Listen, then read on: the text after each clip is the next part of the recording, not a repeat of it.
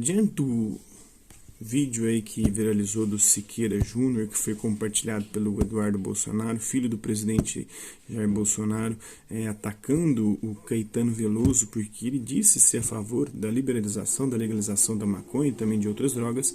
Vamos falar um pouquinho sobre a questão das drogas, né? A guerra às drogas, ela funciona ou não funciona?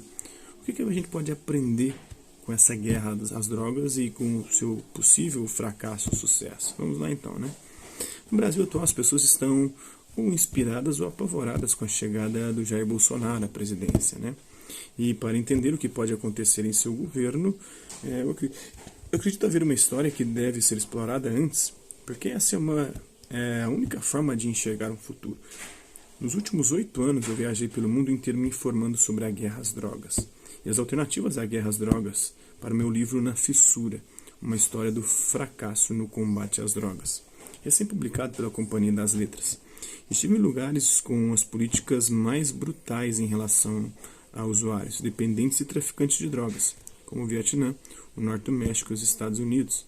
Tem países também da Ásia onde se chegar com droga lá é pena de morte, né? Tem inclusive um brasileiro que já foi morto por conta disso. Eu fui a lugares que descriminalizaram todas as drogas, como Portugal, ou as legalizaram, como o estado do Colorado, nos Estados Unidos, o Uruguai e a Suíça.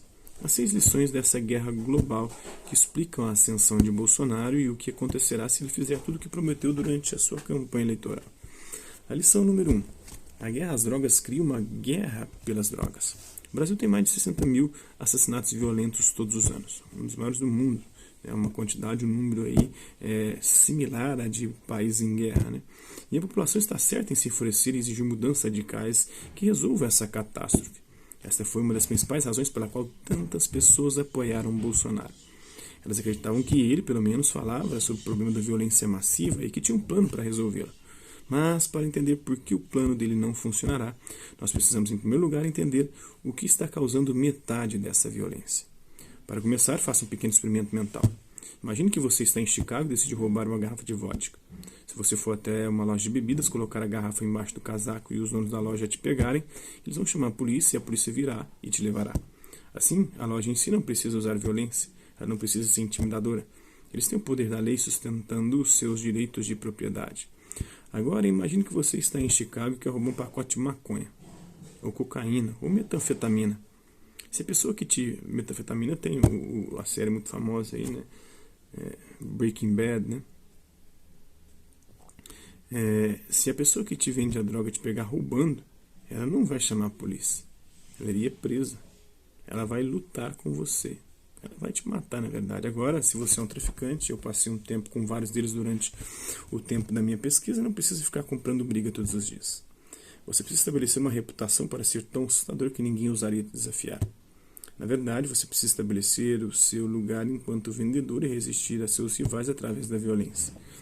Como o escritor Charles Bolden disse, a guerra às drogas cria uma guerra pelas drogas. Maria Lúcia Caram, importante juíza brasileira, calcula que 30 mil dos assassinatos no Brasil todos os anos são um resultado direto dessa guerra pelas drogas criada pela proibição. Lição 2. Onde quer que tenha sido experimentada a proposição de Bolsonaro aumenta os índices de morte, de violência. Bolsonaro argumenta que a solução para tal violência é dar à polícia poder para executar qualquer um que ela suspeite de vender drogas. A execução extrajudicial em si é uma forma de assassinato e nós sabemos que os atingidos por isso serão em grande maioria homens pobres em favelas, muitas vezes até inocentes, né? Mas há também evidência de que essa tática aumentará o índice geral de mortes, além dos assassinatos cometidos pela polícia. Há evidência de que autorizar as execuções extrajudiciais aumentará o índice geral de mortes, além dos assassinatos cometidos pela polícia. A polícia que também não é santa, né? Também tem muito policial corrupto que poderá matar aí em nome da corrupção e dizer que foi em legítima defesa ou na atuação pela segurança pública, né? Imagine, e pela segurança pessoal também, imagine que você é parte de uma gangue de traficantes como o PCC, que dominou as favelas de São Paulo, onde passei um tempo recentemente. Você travou uma guerra contra os seus rivais e através da violência e da corrupção de autoridades locais você obteve o controle. Se a polícia vier agora e te matar, isso simplesmente gera uma disputa sobre o controle do seu território. É o primeiro tiro disparado para uma nova guerra, onde grupos rivais lutam para ganhar o seu território. É por isso que, invariavelmente, posições policiais violentas sobre gangues do narcotráfico causam aumento nos assassinatos em geral. Isso não significa, é claro, que nós devemos deixar gangsters violentos dominarem os territórios. Significa que devemos escolher as soluções mostradas que realmente funcionam. E são três. Há uma maneira real para acabar com a guerra pelas drogas e a enorme violência que ela causa. E é o oposto do que o Bolsonaro propõe. Se você quiser saber quando essa violência é um resultado direto da decisão de proibir as drogas, então se pergunte, onde estão os violentos traficantes de álcool? O dono da Smirnoff atirou no rosto do dono da Budweiser? O bar local mandou que adolescentes atirassem no bar rival do outro lado da rua? Não, mas exatamente isso aconteceu durante a lei seca nos Estados Unidos, quando o álcool que era o proibido, né? Todos sabiam quem era o Al Capone. Inclusive tem o Poderoso Chefão, um filme mais famoso, um dos maiores ganhadores de Oscar, um clássico aí do cinema. O que mudou? Não a droga. O álcool é hoje o mesmo que sempre foi, e às vezes até pior. Tem álcool até muito mais pesado e mais viciante hoje em dia, com essas bebidas alcoólicas de boate, né? Que estão fazendo exclusivamente. Então, a Ambev parece que está até fazendo estudos e desenvolvendo um álcool em gel para as pessoas passarem no corpo e já ficarem embriagadas, não precisar ter que ficar bebendo. Se isso chegarmos a esse ponto, cara, né? O que mudou foi que a droga foi legalizada. O professor Jeffrey Miron, de Harvard, mostrou que os índices de assassinatos nos Estados Unidos aumentaram massivamente quando o álcool foi banido e caíram massivamente quando o álcool foi legalizado. Eu estive em lugares que legalizaram as drogas. Não há nada de abstrato na forma como eles fizeram isso. O estado do Colorado legalizou a maconha. Ela é agora vendida em locais licenciados e traficantes de maconha perderam seu espaço pouco a pouco. A Suíça legalizou a heroína e agora não há traficantes violentos de heroína no país. E houve um total de 0 mortes relacionadas à heroína legal em 15 anos desde que ela foi legalizada, né, na Suíça. Algumas pessoas dizem que acabar com a guerra às drogas é suficiente para países desenvolvidos como a Suíça e Portugal, mas que isso não é relevante para um país como o Brasil. Eu acho ainda mais importante aqui, disse-me a juíza Maria Lúcia Caram, porque na Suíça ou em Portugal eles não têm a violência. Eles não têm quase 30 mil pessoas sendo mortas pela guerra às drogas ano após ano. Bolsonaro está oferecendo uma falsa solução para a violência, mas há uma solução real em espera para quando o país quiser escolhê-la. Clientes consomem maconha em coffee shop de Amsterdã, na Holanda. Eles são 4. A guerra às drogas é sempre usada como pretexto para fechar o cerco a grupos que o Estado quer perseguir de qualquer forma. Mas às vezes esses grupos financiam políticos que estão lá protegendo e também dando guarida para eles, né? O Aécio Neves, a Zé Perrella, o helicóptero de cocaína, está aí, né? Meia tonelada de cocaína no helicóptero. E esse helicóptero foi apreendido. De quem que é isso? Quem que financia, né? E quem que consegue fazer com que toda essa droga entre e seja comercializada no Brasil sem a fiscalização, apesar de que teve no ano passado com um muro uma apreensão recorde. Mas não acabou o consumo. As pessoas continuam consumindo maconha, continuam consumindo cocaína, continuam consumindo crack no Brasil inteiro, né? Eu nem sei se encareceu, porque eu não sou consumidor, nem sei. Porque se houve apreensão recorde, o produto deveria encarecer consequentemente. Não sei se isso aconteceu, porque eu não sou consumidor. Mas, se não aconteceu, é porque é uma falácia.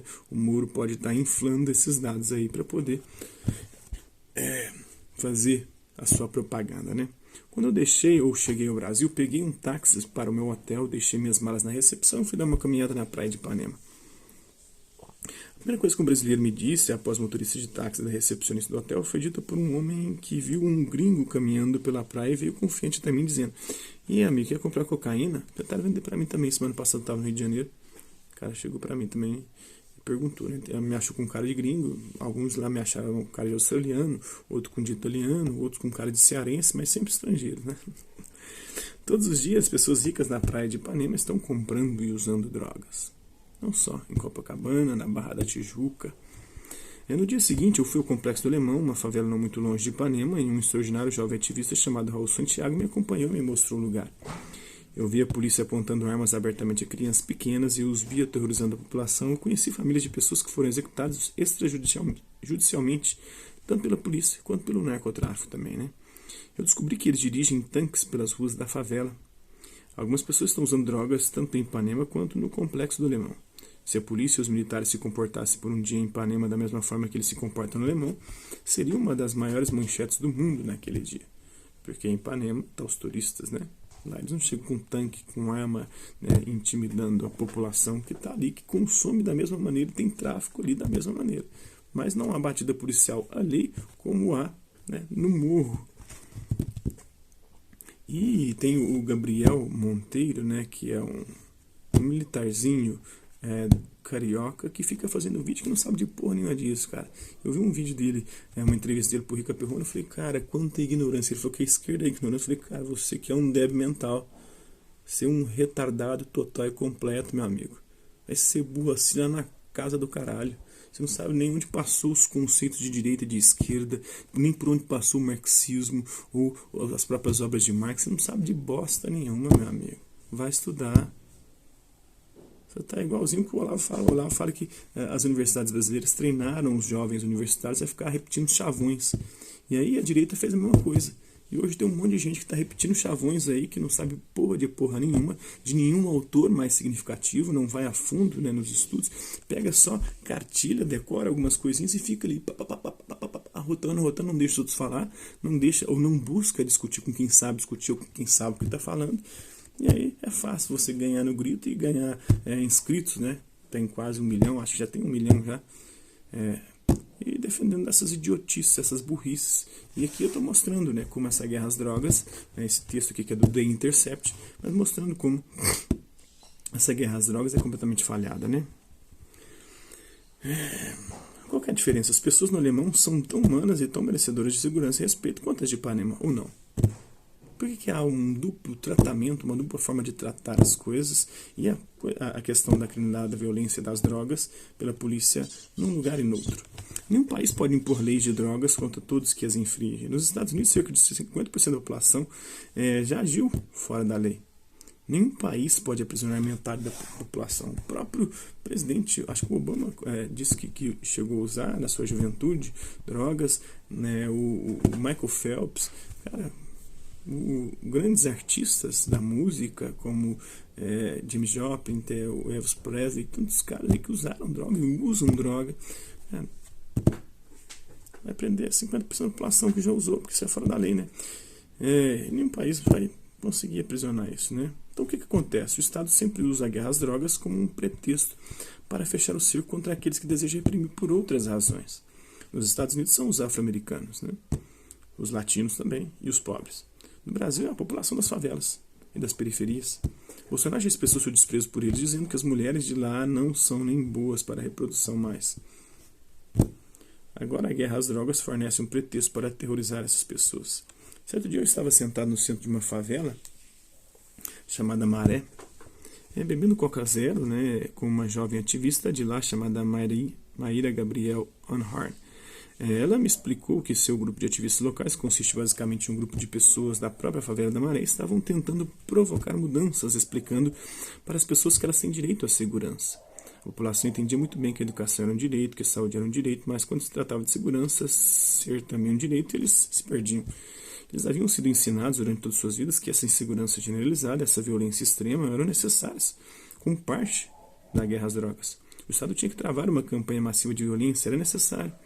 Maíra descobriu que toda vez que você tentava criticar as operações policiais, a resposta era: mas é um lugar muito inseguro, há muitas pessoas que vendem drogas, disse. E para as pessoas aqui, essa é uma desculpa aceitável, essa é a única desculpa que torna essas operações violentas aceitáveis, porque aqui há pessoas que compram drogas e que vendem, né? Mas também há que compram e vendem nos bairros mais chiques das grandes cidades. A genialidade da guerra às drogas, disse Maíra, é que ela, como nenhuma outra, permite uma guerra aos pobres, que a sociedade como um todo, e mesmo muitos dos próprios pobres, aceitam como necessária. Maíra acredita que acabar com a guerra às drogas pode ser uma coisa boa por diversas razões, mas uma delas é retirar de cena uma desculpa para essa guerra brutal de classes conduzidas pelo Estado. Está claro o que está acontecendo e por quê. E uma vez que essa lógica estiver clara para todos, diz, nós podemos lutar contra. Lição 5. Ir atrás de pessoas com crise de dependência piora o vício. Aliás de Bolsonaro, como então prefeito de São Paulo, João Dória, recém-possado governador também, reagiram às pessoas com dependência com violentas medidas repressivas, e essa parece que provavelmente se tornará a estratégia de Bolsonaro, né? A internação compulsória. Em 2017, enquanto pesquisava para meu livro, Na Fissura, eu passei um tempo na conhecida Cracolândia, em São Paulo da cidade, né, onde muitos dos dependentes, e o Siqueira Júnior fala sobre isso no vídeo onde ele critica o Caetano, mete o pau no Caetano e fala palavras ofensivas para o Caetano, fala, passa aqui, às vezes ele já passou um tempo na Cracolândia. Muita gente já passou e que estuda essa questão, Siqueira Júnior, e sabe o que está falando. Agora você não sabe. Você só tem preconceito contra o consumo de drogas, de algumas drogas, né? E contra, na verdade, o que essa própria guerra às drogas produz, que é uma guerra aos pobres, que é o que está mostrando aqui no texto, né? Então, se você estudasse um pouco melhor, seria um pouco menos rude, um pouco menos brutamonte, um pouco menos retardado nas suas pronúncias. Você é um Bolsonaro da mídia, né? Só fala bobagem, merda o tempo inteiro e tá aí, né? Ganhando likes, curtidas e seguidores, né? Eu passei o tempo na conhecida Cracolândia da cidade, onde muitos dos dependentes mais vulneráveis do Brasil acabaram por viver nas ruas. No começo, essas pessoas foram ameaçadas e agredidas pela polícia. Toda vez que isso acontecia, o problema só piorava. Tanto que a medida do Dória para tentar acabar com a Cracolândia acabou criando outras Cracolândias, porque o povo se dispersou pela cidade e foi para outras regiões. E aí, né, acabou criando outros territórios onde os usuários de crack se instalavam, né? Não acabou com o problema do tráfico, não acabou com o problema do consumo, não acabou com o problema da violência, acabou com bosta nenhuma, só espalhou pela cidade, tirou de um centro ali. Então, durante um curto tempo, um interessante experimento foi conduzido por um grupo chamado De Braços Abertos. Eles já haviam aprendido que a forma como a dependência química normalmente é pensada no Brasil é ultrapassada. Se você tivesse me perguntado 8 anos atrás, quando eu comecei a pesquisar para Na Fissura, o que causa o vício em drogas, eu teria olhado para você como se você fosse um idiota e respondido: drogas, né? Não é difícil de entender, eu pensei que havia visto isso a minha vida inteira. Todos podemos explicar. Imagine se você, eu e as próximas 20 pessoas que passarem por nós na rua usarmos uma droga muito potente durante 20 dias. Há componentes químicos viciantes nessas drogas. Então, se parássemos no 21º dia, nossos corpos precisariam daqueles químicos. Nós teríamos um desejo feroz pela droga. Nós estaríamos viciados. É isso que dependência significa.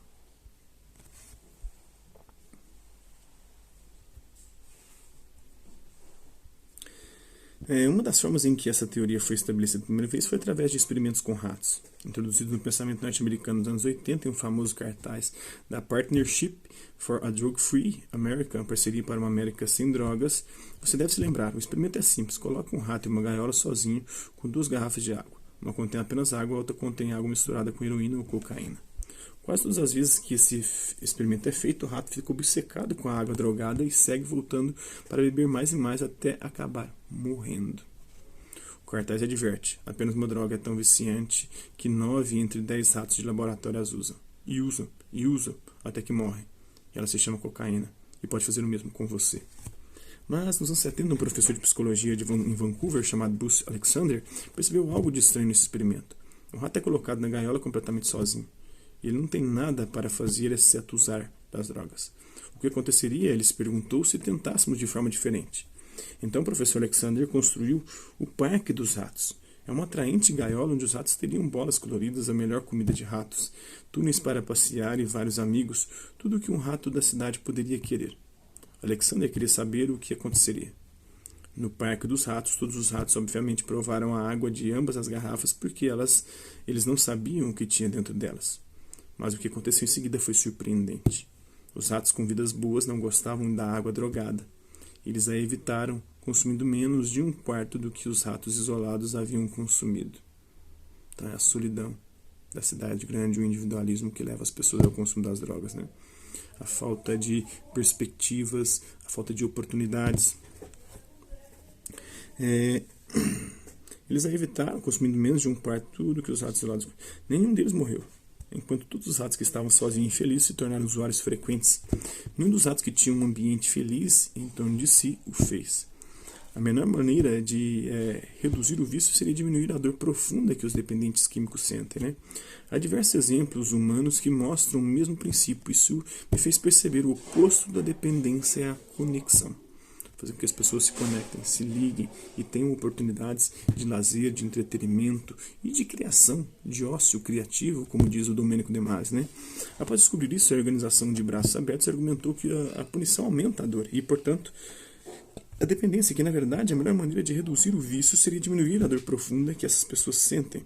Então eles compraram alguns hotéis baratos e forneceram às pessoas da Cracolândia um lar seguro, comida e emprego.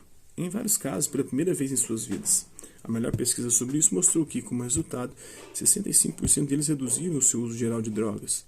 O oposto à dependência é a conexão. Quanto mais pessoas puderem ser ajudadas a viver vidas significativas, conectadas e seguras, mais as pessoas sairão do vício.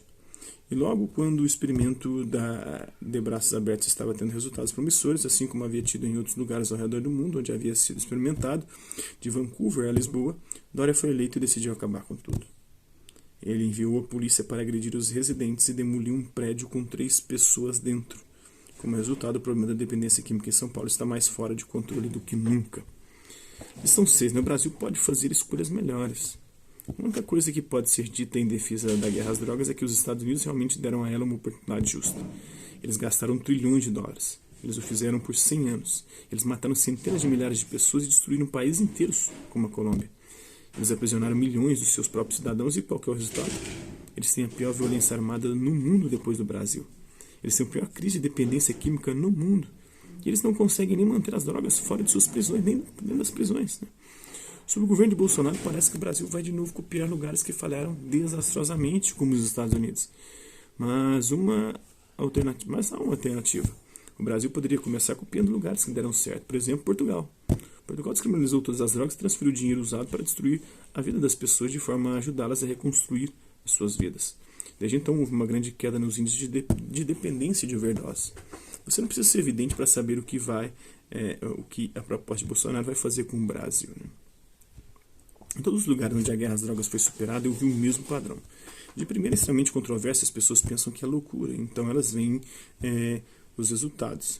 Não é perfeito, ele certamente não tem problemas no Colorado, em Portugal, na Suíça, mas há uma melhora tão radical que a oposição a essa reforma simplesmente deixa de importar. Você não precisa se tornar um vidente para saber que a proposta de Bolsonaro vai fazer com o Brasil. Você precisa apenas olhar para o outro lado do mundo, para ver o caminho além do Bolsonaro, o caminho que genuinamente reduz os horrendos índices de assassinatos e dependência química no Brasil. Você precisa manter o olhar global. As soluções foram testadas, elas estão esperando o Brasil escolhê-las. Isso está no livro da Fissura, foi lançado no Brasil em 2018, está à disposição nas varejas do Brasil, tradução de Maíra Santos, né? Então é isso aí. Hasta la vista, babies, e até a próxima.